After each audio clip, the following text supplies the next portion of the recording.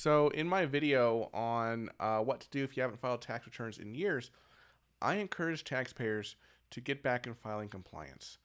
And part of that is getting in contact with the IRS to see where they stand with the IRS. Has the IRS filed any forced returns, aka SFRs, against them? What does the IRS have on them in terms of income reported to the IRS in their social security number, things like that. And WAPNJ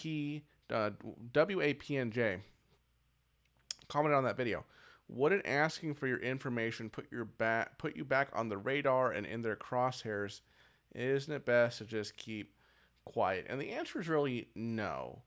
The IRS has their radar slash crosshair slash priority list of taxpayers they're going to get to. And that really isn't affected by simply requesting your information or your transcripts from the IRS. And why would it? That doesn't make sense. Why would that be something that would affect the prioritization list of which taxpayers the IRS is going to go after next? It doesn't really make sense.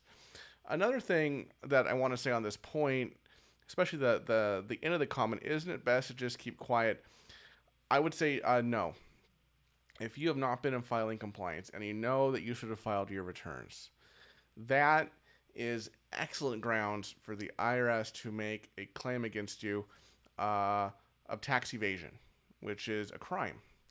As I've talked about in other videos, the IRS does have badged and armed criminal investigators who pursue those that the federal government believes has committed tax crimes. Okay. But it's generally the IRS's policy in cases where someone just has gotten behind with their filing, not filing their returns, although it is technically a crime to not file your required returns. It's generally their policy, apart some, other factors, to not pursue them criminally if they come clean first. Okay, so if you're taking the position, isn't it best to keep quiet? That's a pretty big risk, right? Because by keeping quiet, you're basically saying, hey, I'm not gonna come clean with my taxes. I'm not gonna get right with filing my taxes until the IRS comes and catches me first. Okay? And when that happens, I'm not saying this happens all the time, but when that happens, right, the IRS may be more likely to open a criminal investigation than if you come clean on your own without the IRS catching you first.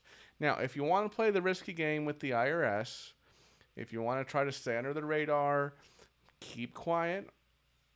Okay, I mean that's on you, but I've seen it happen more often than not that folks who thought they were off the radar were actually not on the radar. They just weren't on the IRS's priority list until years down the line.